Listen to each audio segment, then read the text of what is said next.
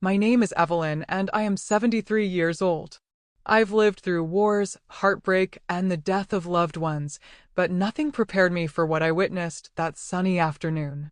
The day had started like any other cheerful family gathering, bright balloons, laughter echoing through the garden, and the smell of barbecue in the air.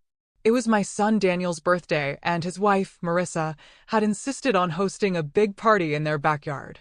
I had baked my famous lemon pound cake, the one my granddaughter Clara always begged for. Clara is 6 years old, a gentle little thing with chestnut curls and the softest voice I've ever heard.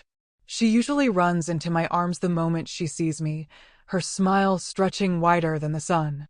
But that day, as I stepped through the back gate, cake in hand, she wasn't there. My heart gave a small jolt of concern, but I brushed it off, thinking she must be inside playing. I had no idea the storm I was about to walk into. If you have a similar story about betrayal from the people you least expect, tell us in the comments and don't forget to subscribe. Daniel greeted me with a hug and took the cake, distracted and oddly stiff. Marissa floated over with a glass of wine in her hand and a grin that didn't reach her eyes. "Evelyn, you made it," she said too brightly, as though trying to steer attention away from something. I glanced around the yard, kids running, music playing, people laughing, and yet, something felt wrong.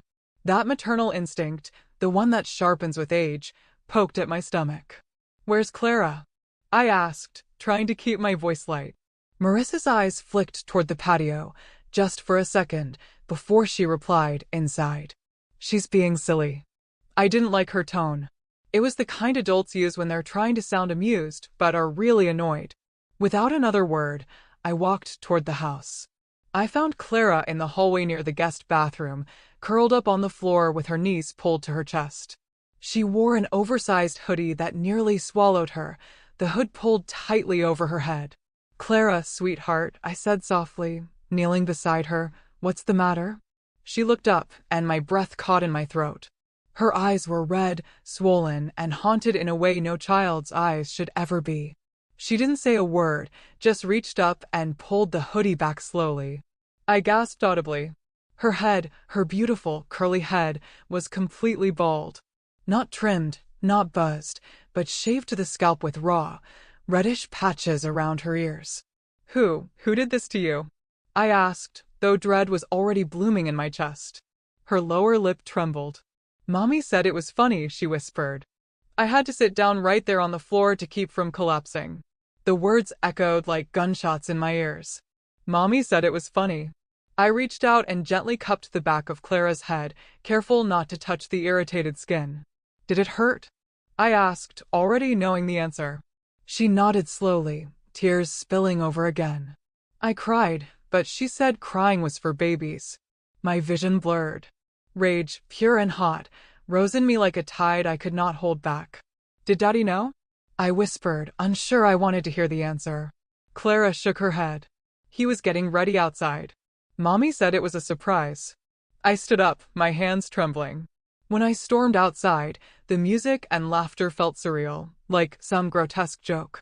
Marissa was at the grill, laughing with two of her friends as though she hadn't just brutalized her child. I marched straight to her, my voice as calm as I could manage. "Why is Clara shaved bald?" The words silenced the people around us, as if someone had muted the party. Marissa turned to me with a smirk. "Oh, Evelyn, don't be so dramatic. It's just hair." She was always crying when I brushed it, so I fixed the problem. I stared at her, stunned. "You fixed it by assaulting her scalp?" "Oh, please," she rolled her eyes. "She looks adorable. It's modern. And she'll learn not to fuss over silly things." Daniel appeared just then, his face a mix of confusion and discomfort. "Mom, what's going on?" I turned to him, voice shaking. "Your wife shaved Clara's head. She's hiding inside, humiliated." Daniel blinked, clearly unsure how to respond. I didn't know she was actually going to do it." "You didn't know?" My voice cracked. "You stood by while she planned this and did nothing?" Marissa laughed behind us, sipping her wine. "Oh, Daniel's being modest. He thought it was a good idea too. Didn't you say she needed to toughen up?" Daniel looked away. I didn't think she'd actually use the clippers. The betrayal in his voice sounded more like guilt than shock. Clara slowly stepped out of the house, eyes downcast, tiny hands fidgeting. The hoodie still swallowed her, but now her bare scalp peeked out from beneath the edge. The moment she stepped into view, conversations paused again. One of the other moms gasped audibly, putting a hand over her mouth. Clara clung to me like a shadow, her little body shaking. "She told me I looked like a rat," Clara murmured. And she laughed. I turned slowly to face Marissa, who was still trying to maintain her composure. "You laughed at her?" I asked, voice like ice. Marissa shrugged, her mask slipping just a little. She looked so ridiculous. I couldn't help it. I'd never felt such fury in my life. I pulled Clara closer and looked around at the now silent party guests. "All of you saw her come out like this. And not one of you said anything." My voice cut through the stunned quiet. Brenda, my niece, looked down at her plate. Her husband, Ron, cleared his throat awkwardly. "We thought maybe it was for medical reasons," someone mumbled. "Does this look like a medical cut to you?" I asked, pointing to the razor burns on Clara's scalp. Clara whimpered and buried her face in my skirt. Marissa let out a dramatic sigh. "This is getting ridiculous. It's just hair. She'll live." "She might live, but what about the part of her you killed?" I asked, no longer able to contain my trembling. I took Clara by the hand and turned toward the exit. "Where are you going?" Marissa called after me. "You don't get to just take her." I spun around. "Watch me." Daniel started toward us, half-heartedly lifting a hand. "Mom, wait. Let's not make a scene." I stopped and looked him dead in the eye. "You made the scene the moment you chose silence over your daughter." Clara clung tighter to me, and I felt her tiny heartbeat pounding against my leg. "We're going home," I said firmly. "And if any of you have even a shred of decency left, you'll stop pretending this is normal." No one followed us. Clara sat quietly in the passenger seat as we drove to my house, her head leaned against the window. She didn't speak, didn't cry, just stared out at the passing trees like they were taking her further from something terrible. I kept glancing at her shaved scalp, the angry red spots that marked where someone, Marissa, had been careless or cruel. I wanted to say something comforting, but no words felt right. Everything I tried to form felt like a lie or a bandage too small for the wound. Finally, I reached over and gently touched her hand. "You're safe now," I whispered, more to myself than to her. She didn't move, but she held my hand tightly with her tiny fingers. That grip told me everything I needed to know. The hurt wasn't just surface deep. My granddaughter was broken in a place no one could see. When we got to my house, I led Clara to the bathroom and helped her out of the hoodie. The shirt underneath was stained with something brownish near the collar, dried blood, I realized with a twist in my stomach. I said nothing, just ran warm water in the sink and found the softest cloth I owned. Clara winced when I dabbed gently at one of the spots near her temple, but she didn't complain. She was too used to pain. That realization made my throat close up, and I had to step out for a second to breathe. I returned quickly and resumed cleaning her scalp, careful and slow, like tending a wounded bird. "There," I murmured once it was clean and dry, "all better for now." She nodded, but still didn't smile. I wrapped her head in one of my silk scarves, tying it gently behind her ears. "You look beautiful," I said, and I meant it. Later, she curled up on my couch with her stuffed owl, the one I'd given her for her 5th birthday. She hadn't brought anything with her from the party, not even shoes, I realized too late. I covered her with a quilt and sat beside her, stroking her back in slow circles. Outside, the sun was setting, casting long golden lines through the curtains. I could hear birds chirping and the soft hum of a neighbor's lawnmower, as if the world dared to carry on like everything was normal. Clara finally whispered, "Do I have to go back there?" My hand paused for just a second before resuming its rhythm. "Not tonight," I said softly, because I couldn't promise anything else. "Not while you're hurt." She nodded once, then closed her eyes. I didn't sleep much that night, afraid to leave her alone for even a second. She had fallen asleep on the couch, the quilt tucked up to her chin, her tiny frame curled like a comma. I sat in my recliner, staring at her and listening to every sound the house made. The click of the fridge, the creak of wood, the wind brushing the window, it all felt louder in the silence. Around 2 a.m., Clara started murmuring in her sleep. No, Mommy, don't. I'll be good. The words shattered me, slicing through the quiet like glass. I rushed to her side, gently waking her with soft shushes. Her eyes flew open, terrified. It's okay, baby, I whispered, pulling her into my lap. You're safe here. No one is going to hurt you. The next morning, I called my friend Margaret, who worked in child counseling for the county. I told her everything, not in rage, but in that terrifying, calm voice people only use when fury is frozen deep. She listened in stunned silence, then said, Evelyn, you need to report this. Today. I hesitated, not because I didn't want justice, but because I feared what it would put Clara through. If I report it, I said quietly, will they take her from me? Margaret was quiet for a moment. They might place her temporarily with you, especially if you file first. But the mother, she'll fight it. I don't care, I snapped, surprising even myself. She can fight all she wants. I'm not letting her lay a finger on Clara again. Margaret gave me the number of the right social services office and said she'd back me if needed. I sat on the porch while Clara played quietly with sidewalk chalk in the yard. She was drawing a flower, a big one with 10 wobbly petals and a blue stem. It should have been a joyful sight, but something about her stillness broke my heart all over again. She wasn't singing to herself like she used to. Her face didn't light up with that innocent pride when she showed me her drawing. It was as if someone had stolen her sparkle and left only the shell. I took a photo of her artwork with my phone, not because it was pretty, but because I wanted proof of where she was and how she was healing. Then I made the call. A woman named Sheila picked up, her voice brisk but kind. I'd like to report suspected child abuse, I said, my voice firm. And I'm the child's grandmother. Sheila took down everything, asking pointed questions I hadn't expected. Did the child disclose who cut her hair? Yes, her mother. Did she say how it made her feel? Yes, and I could tell without her saying a word. Is she with you now? Yes. She came with me after the party. She had no shoes, no bag, and her head was covered in red welts. I didn't sugarcoat anything. I gave them names, dates, even offered to text them the photos of Clara's scalp. We'll open a case immediately, Sheila said. But you need to understand, this may get messy. I already knew. Messy was an understatement. By early evening, a caseworker named Jamie was on my porch. She was younger than I expected, maybe in her 30s, with a notebook and a voice that reminded me of a teacher who truly loved kids.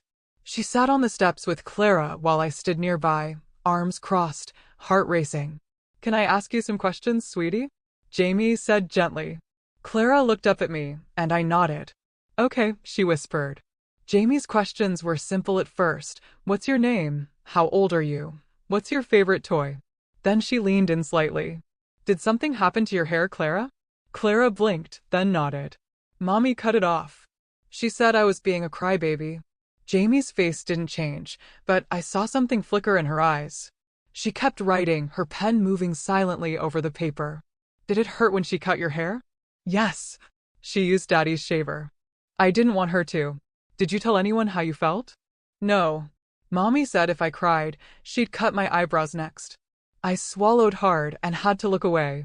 Clara's voice was flat, not sad, not angry, just empty. Jamie thanked her and gave her a small sticker shaped like a bunny. Clara smiled faintly, holding it like a treasure. Then Jamie stood up and looked at me with a quiet intensity. This is serious, Evelyn, she said. And we're not going to ignore it. Jamie stayed another hour, walking through the house and checking where Clara would sleep. I showed her the guest room I had prepared that morning, complete with fresh sheets and Clara's favorite stuffed animals placed gently on the pillows. Clara had chosen them herself, lining them up like little guardians. Jamie took notes on everything: bed placement, bathroom access, the presence of food in the kitchen. She asked me about my health, my income, and whether I had anyone else living with me. It's just me, I answered honestly, but I've raised 2 children and taken care of Clara many times before. Jamie nodded, her expression neutral but attentive. She wasn't here to be kind, she was here to protect a child. And that I could respect. As she left, she said, we'll begin the process of placing Clara in your temporary custody as soon as possible. Less than an hour after Jamie drove away, my phone lit up with Daniel's name. I let it ring 3 times before answering, steeling myself for what I knew was coming. "Mom," he said, his voice sharp, "what the hell did you do?" I stood in my kitchen, staring out at Clara playing in the yard, drawing spirals now instead of flowers. "I did what you should have done," I said, keeping my voice low but unwavering. "I reported your wife for child abuse." There was a pause, just a beat too long. "You went too far, Mom. You could have come to us first." I laughed bitterly. "You mean like how Clara came to you, begging for help while Marissa shaved her head?" Another pause, this one filled with guilt. "She didn't tell me she was actually going to do it." "You stood there while she screamed," I said, each word like a stone dropping in a still pond. "Clara told me she cried and begged for it to stop, and you didn't even come check." His voice dropped. "I didn't hear her cry, I swear. I was outside, and you thought the silence meant everything was fine." I cut him off. "She was terrified, Daniel. She told Jamie, the caseworker, that Marissa threatened to shave her eyebrows next." "That's ridiculous," he said, though his voice lacked conviction. "No. What's ridiculous is how easily you let your daughter be tormented for the sake of peace." He went quiet again, and I could hear his breathing shift. "They're saying we might lose custody," he finally whispered. "What did you think would happen?" I asked, heart pounding. "That shaving a 6-year-old's head and calling her a rat would earn you Parent of the Year?" Marissa called next, and I didn't even want to answer, but curiosity got the better of me. Her tone was calm at first, artificially sweet, like a pot about to boil over. "Evelyn, this is getting out of control," she began. "You need to bring Clara back before this turns into something it's not." "It's already something it's not," I replied, folding laundry in the living room. "It's child abuse, Marissa. It's trauma. And it's not going away just because you decide to slap a pretty label on it." "She's my daughter," she said, her voice suddenly cracking. "And you humiliated me in front of the entire family." I laughed without humor. "You humiliated yourself when you paraded her around like a trophy and called it a joke." "She was being dramatic," Marissa snapped, the sweetness now gone. "No," I said. "She was being a child." That night, Clara asked if I could sleep beside her again, and I didn't hesitate. She curled into me like a kitten, warm and fragile, her head resting just beneath my chin. I felt her breaths, slow and shallow, like she didn't fully trust the air around her yet. "Grandma," she whispered in the darkness. "What happens if Mommy comes here?" I thought for a moment, choosing each word carefully. "If she comes, I won't let her in." "You're safe here, Clara." "Even if she yells?" she asked, her voice cracking. "Even then, I promised." "You don't have to be afraid of anyone yelling anymore." She didn't respond right away, but her body slowly relaxed. I stayed awake long after she drifted off, listening to the quiet house and thinking about what came next. The next morning, a different caseworker named Alex showed up with official papers granting me emergency foster custody of Clara. He had a more rigid demeanor than Jamie, all business, and he handed me a stack of forms to sign. "This gives you legal authority over her medical, educational, and daily decisions for the next 30 days, he explained. "After that, there will be a formal hearing." Clara stayed in the other room watching cartoons, but I noticed how she flinched every time the door creaked. "What happens if they fight it?" I asked, gripping the pen tightly. "They probably will," he said. "But what matters now is that Clara is stable and secure. The judge will consider that." I signed the last page with shaking hands. I had never imagined I'd be fighting my own son and daughter-in-law for the right to protect my granddaughter. After Alex left, I called Brenda, my niece who'd been at the party, and told her everything. She sounded shaken, her voice trembling even through the phone. "Evelyn, I didn't know it was that bad," she said. "I thought maybe it was a prank gone too far, but I saw the burns. I should have said something." "It's not too late," I told her. "There's going to be a hearing. If you're willing to testify, it could make all the difference." She didn't hesitate. "Yes, whatever you need." I thanked her, and for the first time in days, I felt a flicker of hope. Clara would have someone else besides me who saw the truth. Clara spent the afternoon coloring again, this time drawing our house with a big heart over it. That's you and me, she said, pointing to the two stick figures holding hands. I nodded, my throat too tight to speak.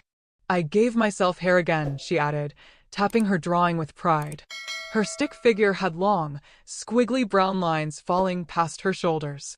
I smiled and ruffled the short stubble on her real head. It's coming back already, you know, I said. Soon, you'll have more than enough for pigtails.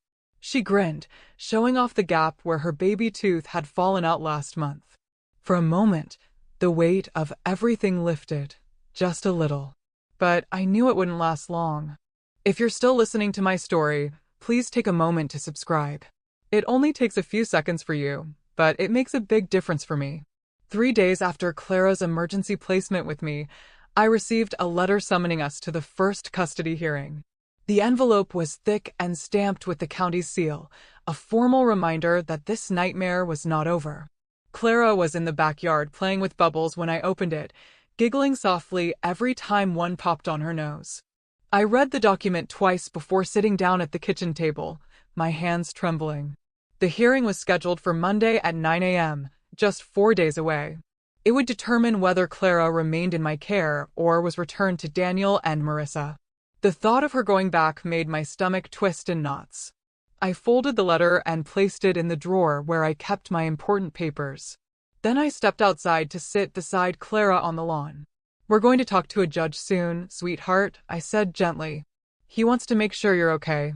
Clara paused, bubble wand in hand, her brows furrowing in that serious way she sometimes had. Do I have to talk to him too? She asked. Only if you want to, I replied. But he might want to know how you're feeling and what you want. She looked down at the grass and poked her toes into the dirt. I just want to stay here, she whispered. You feel safe here? I asked. Clara nodded without hesitation. I don't have to hide under blankets here. My heart broke at the simplicity of her words. I pulled her into a hug, resting my cheek on the top of her head. Then we'll do everything we can to make sure you never have to hide again. That evening, I called Mr. Aldridge, the attorney Jamie had recommended. He specialized in family law and had a reputation for being ruthless in court, but kind to his clients. Evelyn, I've already read the case notes forwarded by the department, he said after we spoke briefly. What your granddaughter went through is absolutely grounds for custody reassessment. I told him everything about the party, the red welts, Clara's night terrors, and Marissa's threats. You did the right thing by calling social services first, he said. That shows a pattern of responsible action. Will the judge care that I'm 73? I asked, suddenly afraid age might work against me. Only if there's evidence you can't care for her, he assured me. But from what I see here, you've done more parenting in 3 days than her biological mother has in months. The next day, a court-appointed child psychologist named Dr. Lydia Chin called to schedule an in-home evaluation. I'll be observing Clara's behavior in your care, she explained over the phone. I won't interrogate her. It's more about her sense of safety and emotional response. She arrived on Friday afternoon with a clipboard, a gentle voice, and a scarf nearly identical to the one Clara had been wearing all week. Clara took to her instantly, especially when Dr. Chin sat cross-legged on the floor and asked if she wanted to draw together. They colored side by side for nearly 40 minutes while I watched from the kitchen. Is it okay if I ask her one question? Dr. Chin asked me softly. I nodded, and she turned to Clara. What's your favorite thing about staying here? Clara didn't even look up from her drawing. Grandma doesn't yell. She hugs instead. After Dr. Chin left, I walked her to her car, nervous to ask what she thought. She's a bright little girl, she said, but very wounded. The way she flinches at unexpected noises tells me there's more than just the haircut. She told me Marissa said she'd cut her eyebrows if she cried, I added. Dr. Chen's face hardened. That aligns with signs of emotional abuse. I'll make sure it's in my report. Will the judge believe her? I asked. Children that young often aren't taken seriously. Dr. Chen nodded. They will this time. There's too much supporting evidence. As she pulled away, I felt a strange mix of hope and dread. On Saturday, Daniel showed up at my door unannounced, holding a teddy bear Clara hadn't taken from their house. He looked worn out, unkempt hair, eyes rimmed with red, shoulders slumped like a man who hadn't slept in days. I just want to see her, he said.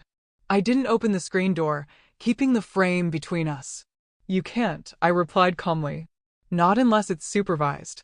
You know that. Please, Mom. I didn't come to argue. Why are you really here, Daniel? I asked, folding my arms. To see your daughter or to guilt me into backing down? Both, he admitted, voice cracking. I don't know how I let it get this bad.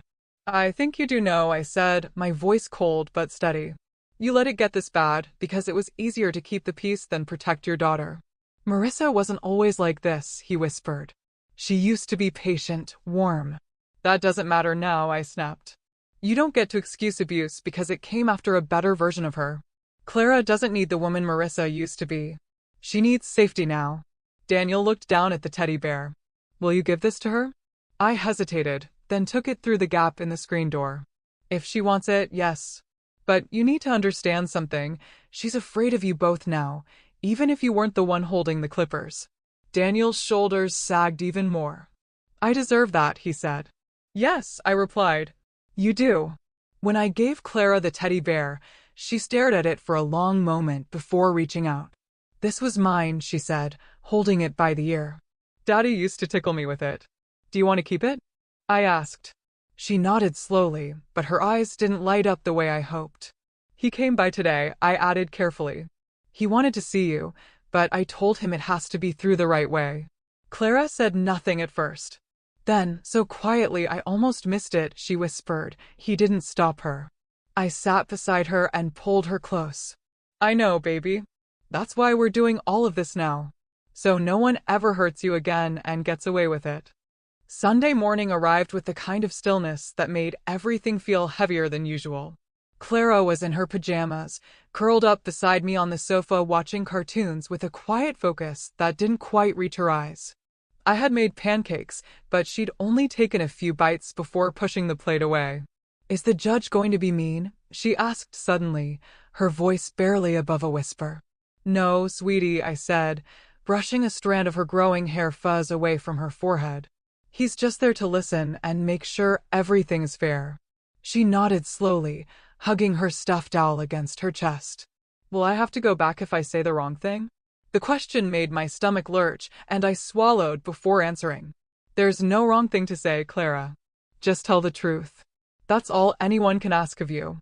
That afternoon, I sat down with her and explained exactly how things would go in court, using gentle words and lots of pauses. There'll be a big room with grown-ups talking, but you won't be there unless they ask, I said. If you do go in, I'll be there with you, holding your hand the whole time. She bit her lip and looked at the floor. Will Mommy be there too? Yes, I answered carefully, but you won't have to talk to her unless you want to. Clara nodded, though I could see the fear in her eyes. What if she looks at me mean? Then I'll sit between you and her, I promised. No one will get to you. I didn't tell her I'd already asked Mr. Aldrich to make sure Marissa wasn't allowed to address Clara directly. That evening, Mr. Aldrich came by for a final pre-hearing prep meeting. He sat at my dining room table with folders spread out like battle plans. The judge assigned is fair, but conservative, he told me. He values stability over emotion, so we'll need to focus on Clara's well-being, not just what was done to her. I nodded, trying to hide how nervous I was. Clara sat in the other room, coloring quietly but listening to every word. We'll open with the emergency custody status, then present Dr. Chen's report and Jamie's case notes, he continued. After that, the judge will likely ask to speak with Clara privately, if only briefly. Is that safe? I asked immediately. Yes, he said. It's not interrogation. It's observation. He wants to see how she reacts when asked about her home life. I didn't sleep at all that night, tossing and turning until the alarm rang at 5:30 a.m. sharp. Clara had crept into my bed sometime after midnight, clutching her teddy bear and whispering in her sleep. When I gently woke her up, she looked at me groggily and asked, "Is it court day?" I nodded and helped her get dressed in the soft purple dress she'd picked out 2 nights earlier. "I want to wear the scarf too," she said, pointing to the one that matched her dress. I wrapped it gently around her head, making sure it didn't press against the tender spots still healing. "You look like a princess," I said, and she smiled, small but real.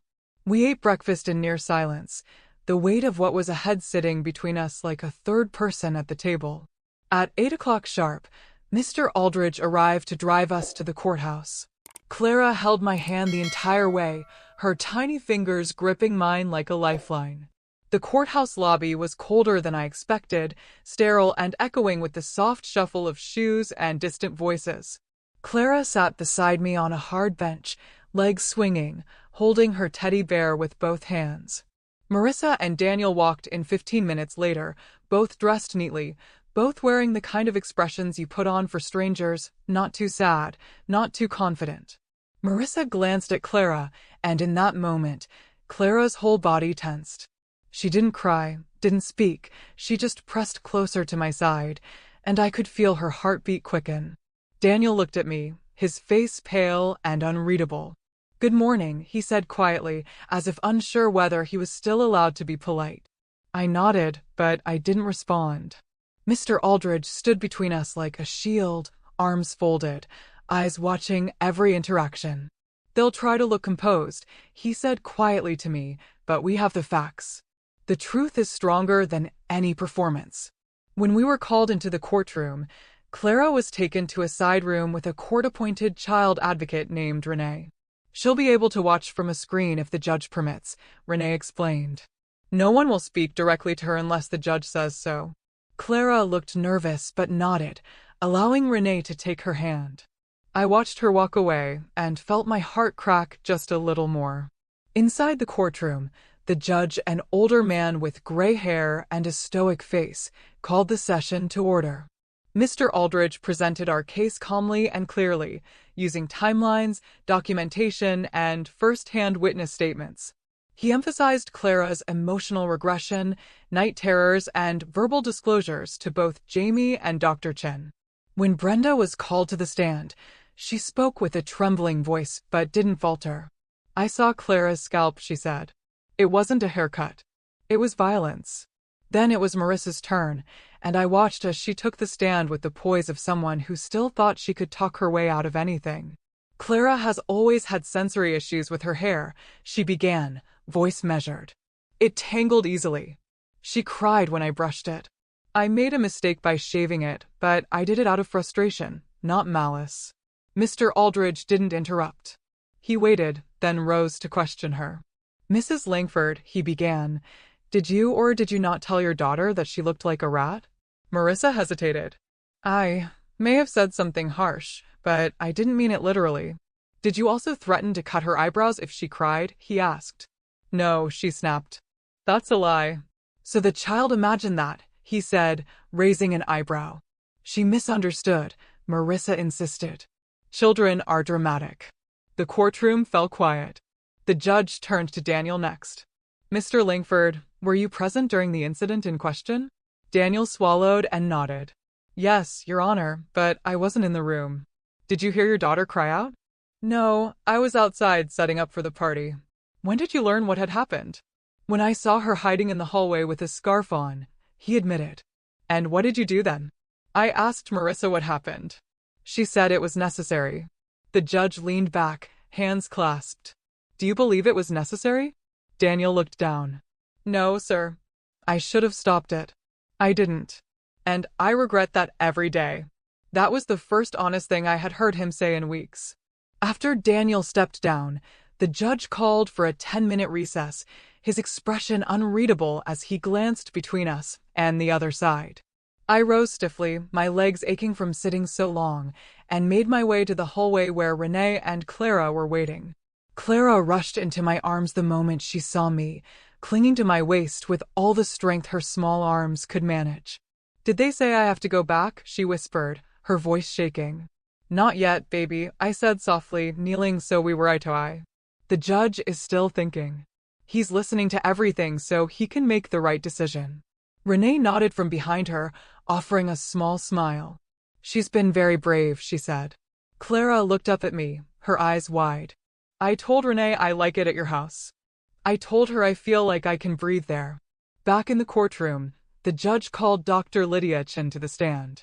She carried a stack of notes and handled each question with calm, professional detachment. "In my evaluation, Clara exhibited symptoms consistent with emotional trauma, she began.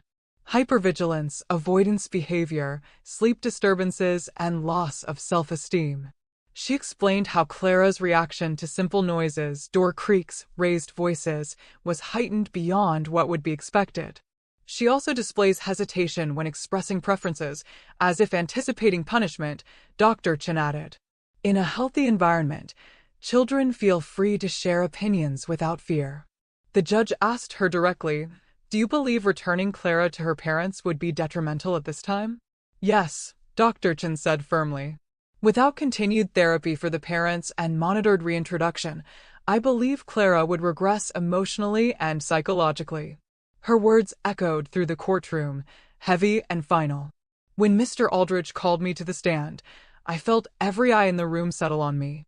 My knees creaked as I stood, but my voice, when I spoke, came out steadier than I expected.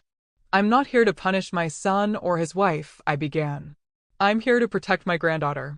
I told them how Clara had arrived at my house, scared, silent, and covered in small abrasions where the clippers had cut too close. I described the night terrors, the whispers in her sleep, the trembling hands. I shared how she'd asked me if she was ugly, if crying made her bad. "She didn't just lose her hair," I said, locking eyes with the judge. "She lost her sense of safety. And I don't think that's something a 6-year-old should ever have to recover from." When I stepped down, Clara smiled at me from the back of the room, a tiny, fragile thing that felt like the sun peeking through storm clouds. The judge sat in silence for a full minute before clearing his throat and leaning forward. "This case presents the court with a painful but not uncommon dilemma," he said.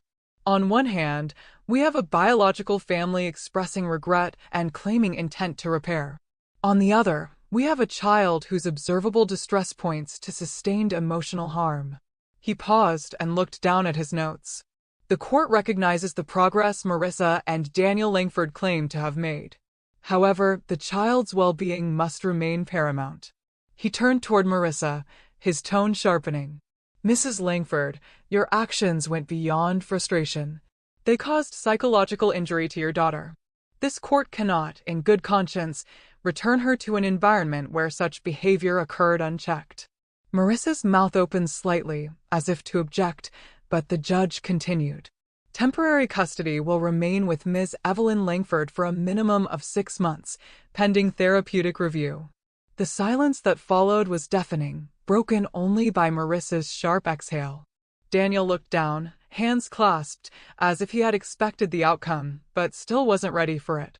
Clara leaned into Renee's side and gave a relieved sigh I could hear across the room. "Supervised visitation will be arranged once weekly," the judge added. "Both parents are required to attend individual counseling and parenting classes, with proof of attendance submitted monthly." He gave me a small nod, the first soft expression I'd seen from him all day. "Ms. Langford, thank you for stepping forward." I didn't speak, my throat was too tight, but I nodded once deeply. The gavel came down, and just like that, it was over. Or at least, the first battle was. Outside the courthouse, reporters were waiting, tipped off by someone in the system. I pulled Clara's scarf lower over her forehead and turned away from the cameras, shielding her with my coat. "No comment," Mr. Aldridge said firmly, guiding us to his car. Daniel and Marissa stood near the steps, still in whispered conversation with their lawyer. Clara glanced back once, then quickly looked away. "Do I still have to see them?" she asked once we were in the car. "Just once a week, with someone else in the room," I explained. "And if it makes you scared, you can say so." She nodded again, more thoughtful than anxious. "Okay, but only if you're waiting for me after." That evening, Clara colored for nearly an hour straight, drawing a picture of our house again. This time, she added herself in the window, waving, and me in the yard with flowers all around. "It's spring in the picture," she told me. "Because spring is when things grow back." I knelt beside her, my chest tightening. "Is that how you feel?" I asked. She nodded seriously. "My hair is going to grow back. But also my heart." I hugged her then, tight and long, and she hugged me back without hesitation. The scarf slipped slightly to reveal the fine gold fuzz now covering her scalp. "It's growing," I whispered. "So is everything else."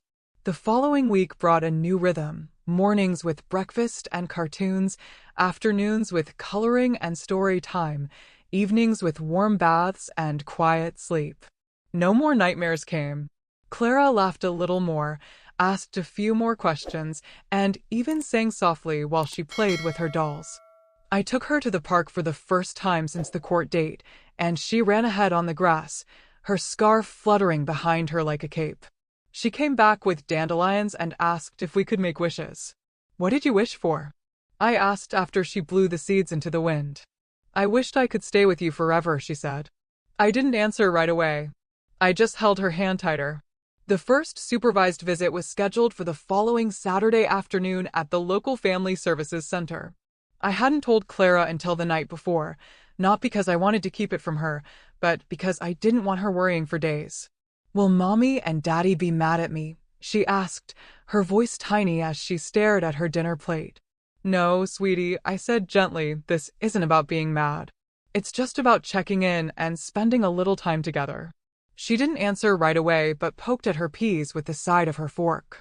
"Will you be there?" "No, but the room has someone watching the whole time, and they'll come get you if anything feels bad." Clara nodded, her eyes still focused downward. "I'll go," she whispered. "But only if I can wear my purple scarf." "Of course," I said. "And I'll be right outside the whole time." Saturday morning came with gray clouds and cool air, the kind of weather that made everything feel slower. Clara dressed herself without fuss and even chose a pair of sparkly shoes that used to be her favorite. In the car, she held her teddy bear close and didn't speak the entire ride. When we arrived at the center, she clung to my hand as we walked through the front doors. The waiting room smelled faintly of crayons and old coffee, and the receptionist greeted us with a practiced, neutral smile. "They're already here," she said, glancing down at her clipboard. "Clara, would you like to go in now?" Clara looked up at me, her face pale but composed. "Can I sit by the window if I want to?" "Yes, baby," I assured her, kneeling down to fix her scarf gently. She took a breath, gave my hand one last squeeze, and walked in holding the staff worker's hand. The waiting room clock ticked far louder than it had any right to, every second dragging behind the last. I tried to read a magazine but couldn't focus, my eyes darting to the door every time I heard a voice. 30 minutes passed, then 40. I imagined every possible scenario inside that room, each one worse than the last. Finally, at 52 minutes, the door opened and Clara walked out with the staffer beside her. Her face was calm, but her eyes were shiny with unspoken feelings. She ran straight into my arms, hugging me tightly without saying a word. "Do you want to talk about it?" I asked, brushing the scarf where it had slipped. Clara pulled back just enough to whisper. She tried to hug me.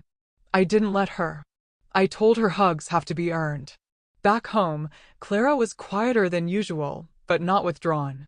She played with her dolls, lined up her animal figurines in pairs, and even asked for extra syrup on her waffles at dinner. That night, after brushing her teeth and slipping into her pajamas, she climbed into bed and patted the space beside her. I lay down, and she stared at the ceiling for a long time before speaking. "Mommy said she was sorry," she murmured. "Did you believe her?" I asked softly. Clara shrugged. "I think maybe she was sorry for getting in trouble, not for hurting me." I didn't answer right away, because I wasn't sure how to explain the difference between guilt and remorse to a 6-year-old. But Clara seemed to already understand. She said she missed me, but she didn't ask if I was okay. 2 weeks passed, and Clara's hair grew longer, just enough to form a fuzzy halo around her scalp. One morning, she asked me to look up hairstyles for very short hair for kids, and I knew it was a small step forward. We spent an hour scrolling through pictures, giggling at some of the wild styles, and settling on one she liked, a short bob with flower clips. "Someday," she said, "I want to have braids again. Like the ones you did when I was 5. And you will," I promised. "When your hair's ready, we'll do the fanciest braid in town."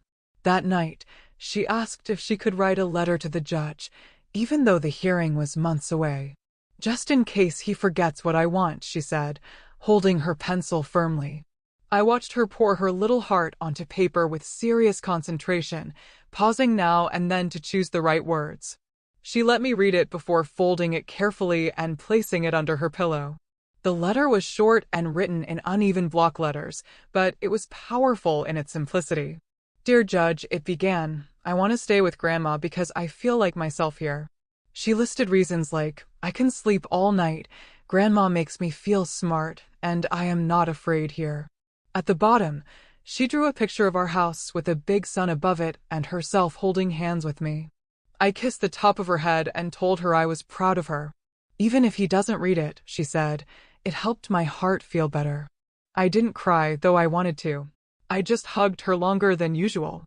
In that moment, I knew she was learning how to heal, and she was teaching me how to hope again. Marissa and Daniel continued to attend their required counseling sessions and parenting classes, or so their lawyer said in the monthly update. Mr. Aldridge kept me informed, though I rarely asked for details unless it directly affected Clara.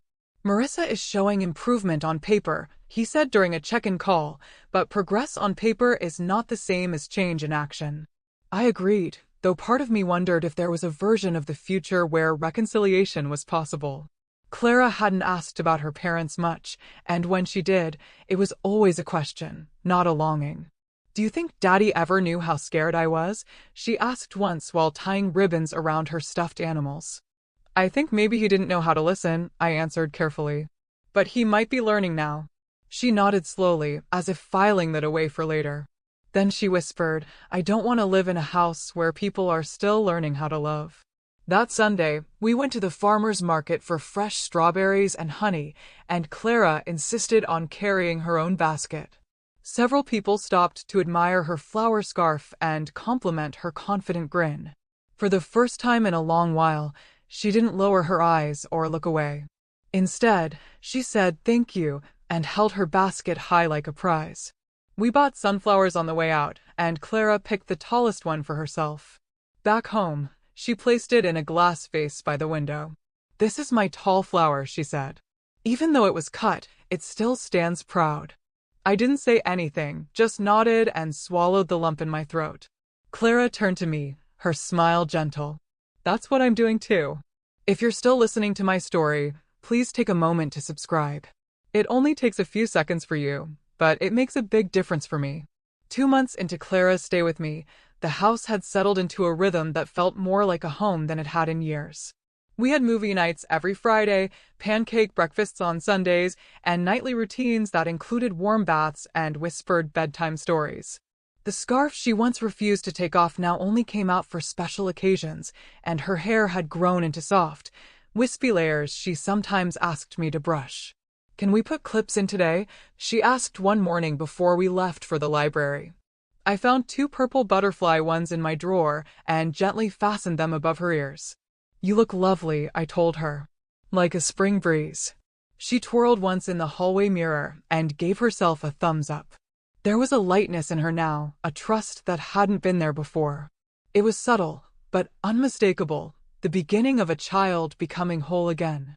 That afternoon, I received a call from Mr. Aldridge while Clara was reading on the couch.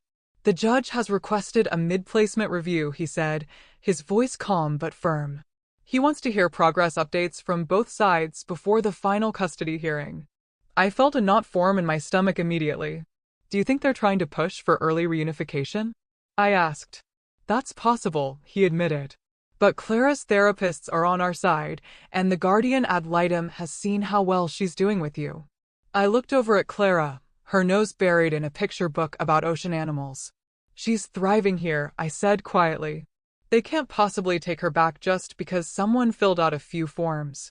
"We'll fight it if they try," he promised. "But we should be ready." In the days leading up to the review, I noticed Clara growing more cautious again, her confidence dimming slightly with every mention of court. "Do I have to go to another big room?" she asked as we baked banana muffins together. "Not this time, sweetheart," I reassured her. "The grown-ups are just talking about how you're doing." She licked batter off the spoon and frowned. "They already know how I'm doing. I'm not scared here." I reached out and tucked a curl behind her ear. "I know. That's what we'll tell them." "But what if they forget what happened?" she asked. "What if they think I'm okay enough to go back?"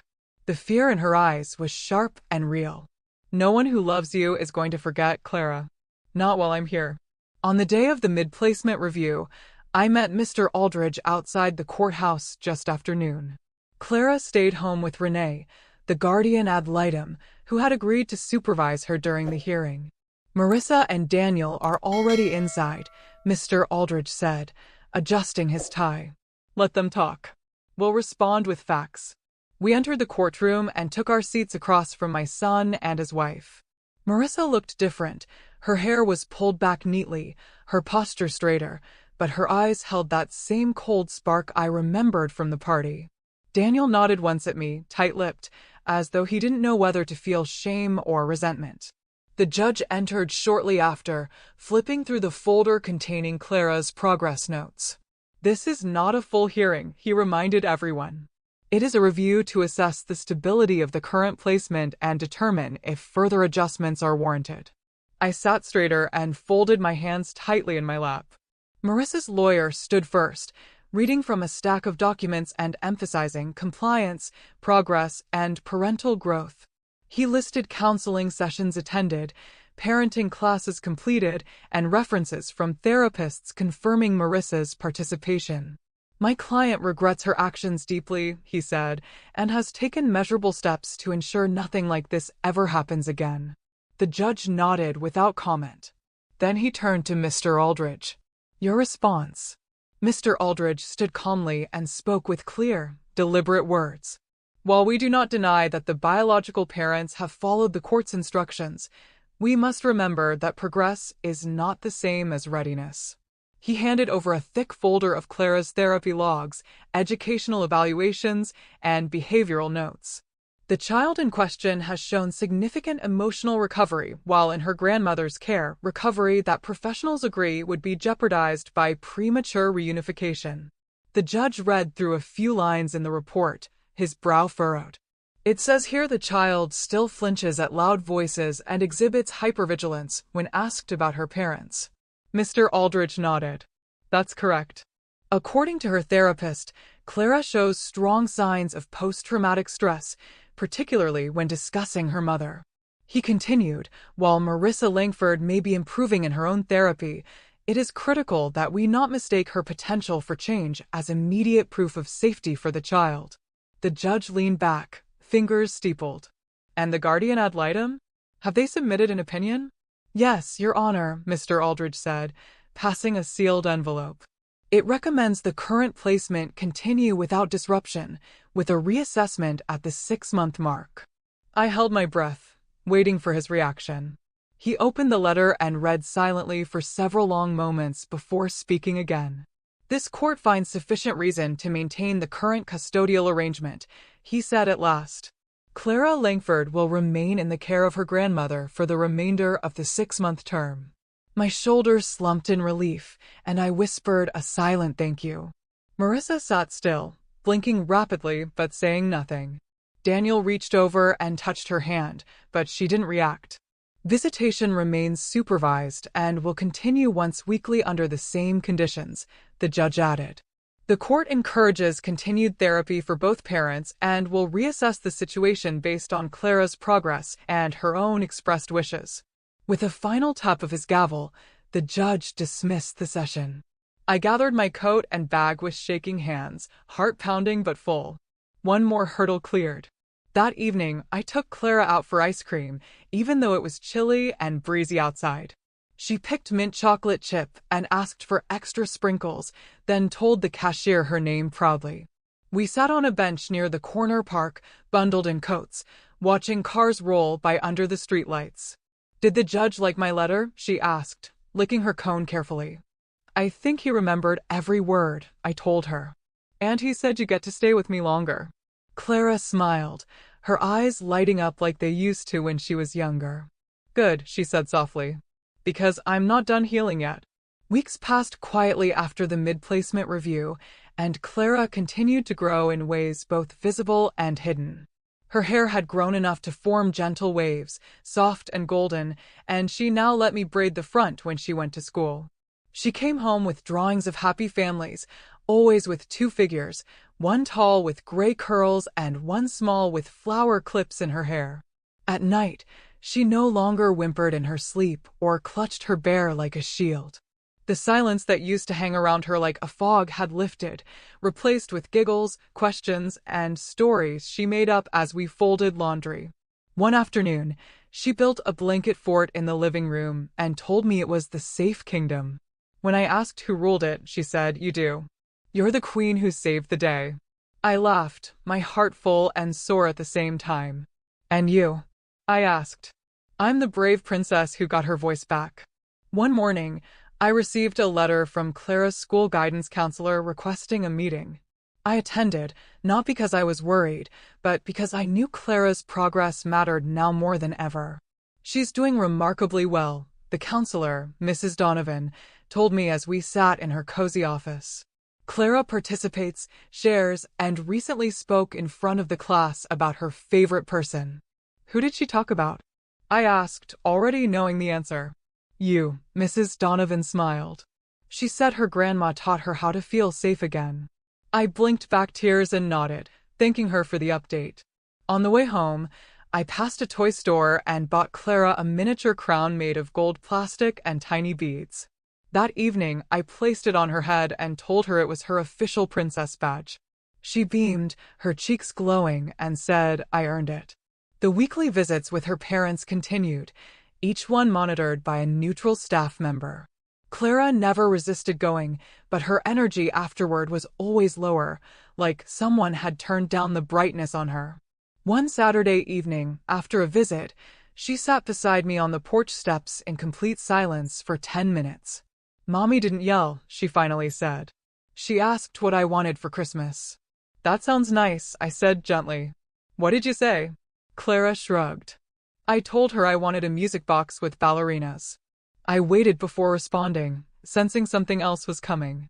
Then she asked if I'd want to come home if she got me one. My stomach tightened. "What did you say?" Clara looked straight ahead. "I said ballerinas can spin anywhere. I don't need to be in her house to dance."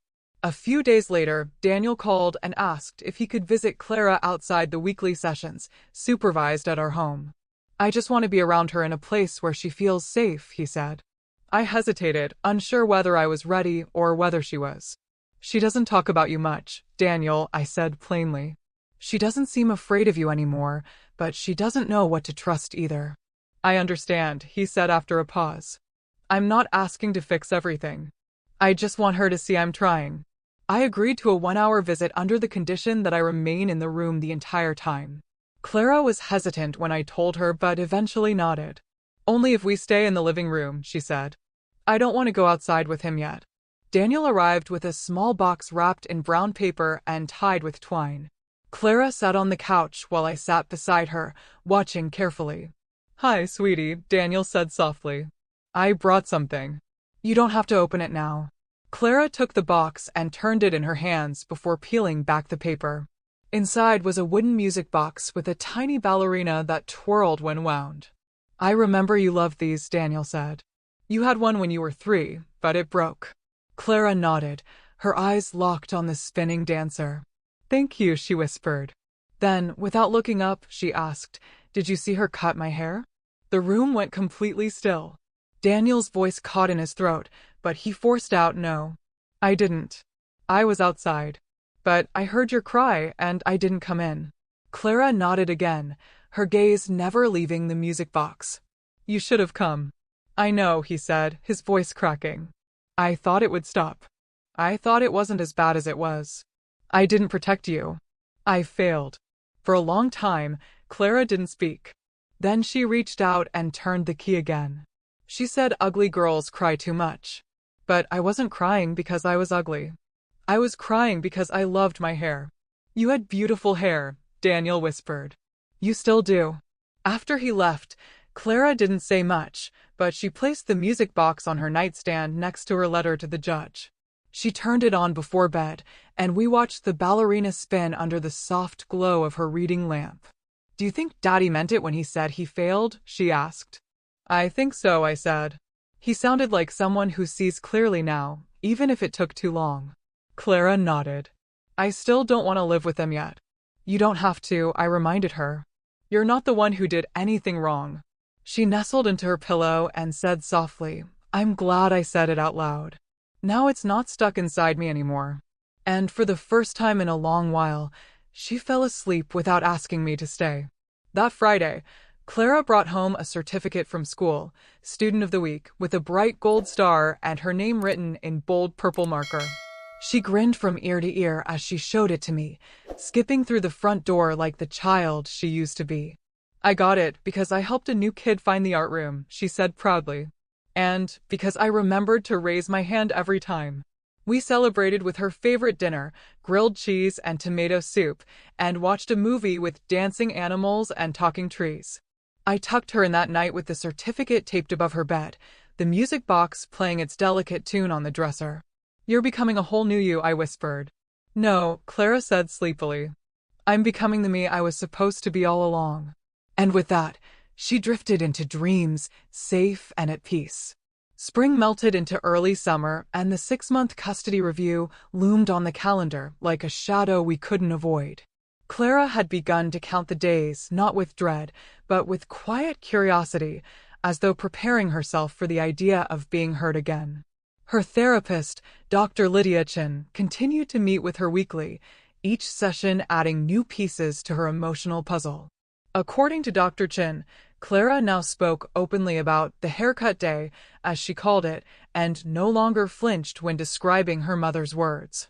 She has gained emotional language most children her age don't even understand, Dr. Chin told me one afternoon. But she still views her safety as conditional, tied to your presence. That truth haunted me, even as I knew it was also a testament to the bond we'd rebuilt. Clara wasn't just recovering, she was redefining what love looked like. Still, the question hung in the air. Would the court see it that way? On the morning of the final hearing, Clara dressed herself in the same purple dress she had worn to the mid-placement review. Her hair, now shoulder length, was held back with butterfly clips she had chosen with careful precision. She twirled once in front of the mirror and declared, I want them to see I'm okay, but not all the way okay. I understood what she meant. She was strong, but not invincible. She had grown, but not forgotten. You're perfect just the way you are, I told her, smoothing out a wrinkle on her sleeve. At the courthouse, she carried her music box tucked in a small bag, saying it helped her stay brave. Renee, her guardian ad litem, met us at the entrance with a kind smile and a gentle touch on Clara's shoulder. Are you ready? She asked. Clara nodded once, firmly. The courtroom was less crowded than before, but the weight of the moment filled every corner of the room. Daniel and Marissa sat beside their lawyer, dressed neatly and trying to project a unified front. Marissa looked thinner, almost fragile, her hands clutched in her lap like she was holding onto something that might slip. Daniel looked tired, but calmer. His eyes kept flicking to Clara, who sat beside me at the opposite table, her hand resting lightly on my arm. Judge Wilkins, the same man who had presided over the prior hearings, entered with a sigh, flipping open the case file with practiced ease. We're here to finalize the custodial status of Clara Langford, he said.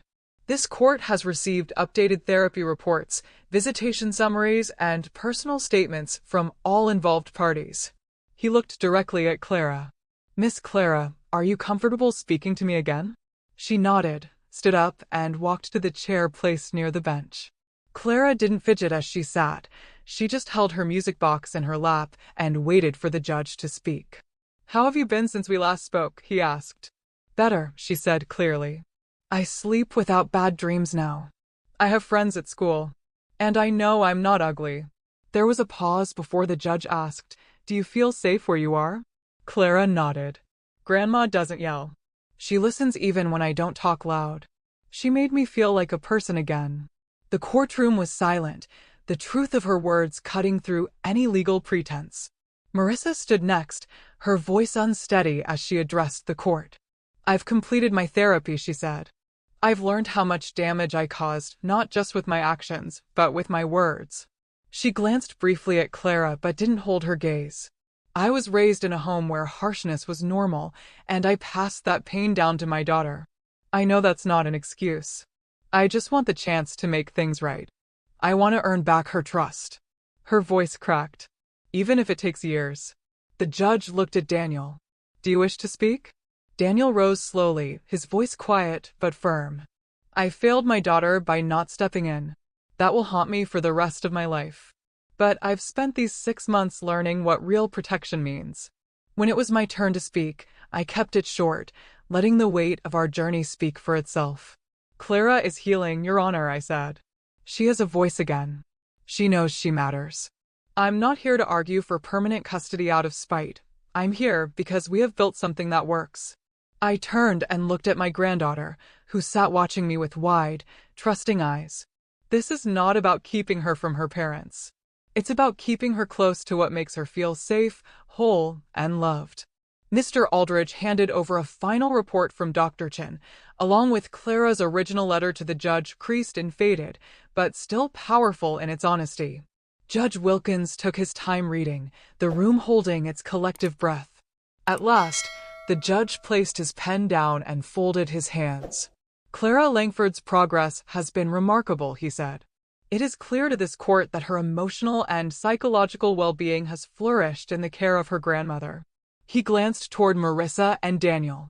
It is equally clear that both parents have taken meaningful steps toward accountability and growth. However, the trauma endured by the child cannot be dismissed or minimized. He paused, allowing the weight of that truth to settle. For this reason, primary custody will remain with Ms. Evelyn Langford until Clara reaches the age of 10, at which point a new review will be conducted based on her wishes and continued emotional development. Clara's hand squeezed mine so tightly it hurt. Supervised visitation will continue, with quarterly evaluations to monitor progress toward unsupervised contact. No one spoke. No one objected. Marissa wept silently into her hands while Daniel sat still, nodding slowly. The gavel came down one final time. Court is adjourned, the judge said. Outside the courtroom, Clara reached into her bag and wound up her music box. The soft melody danced through the hallway as she turned to me and whispered, "We get to keep our safe kingdom."